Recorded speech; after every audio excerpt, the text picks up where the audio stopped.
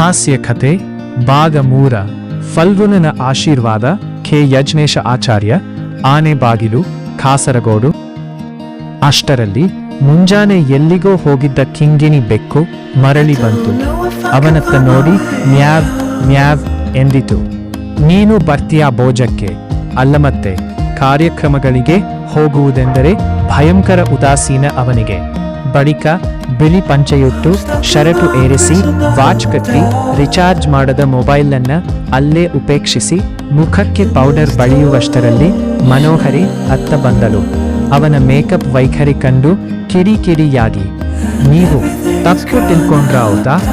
ನಾನು ಹೇಳಿದ್ದು ಆಚೆ ಮನೇಲಿ ಭೋಜ ಅಂತ ಮದುವೆ ಅಲ್ಲ. ಇದು ತನಗಿತ್ತ ಡೋಸ್ ಎಂಬುದನ್ನ ಅರ್ಥ ಮಾಡಿಕೊಳ್ಳಲಾಗದಂಥ ದಡ್ಡ ಶಿರೋಮಣಿಯೇನು ಅಲ್ಲ ಫಲ್ಗುಣ. ಗೊತ್ತು ತೀಕ್ಷ್ಣವಾಗಿ ನುಡಿದು ಹೊರಗಿಳಿದ.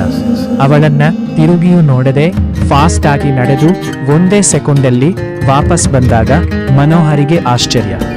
ಏನಾಯಿತು, ಹೋಗುದಿಲ್ವಾ ಕೇಳಿದಳು. ಮರುತ್ತರ ನೀಡದೆ ಚಪ್ಪಲಿ ಹಾಕಲು ಮರೆತಿದ್ರಿಂದ ಅದನ್ನು ಹಾಕಿ ಹೊರಟ. ಬಾಯಿ ಆ ಮಾಡಿ ನಿಂತಡು ಮನೋಹರಿ.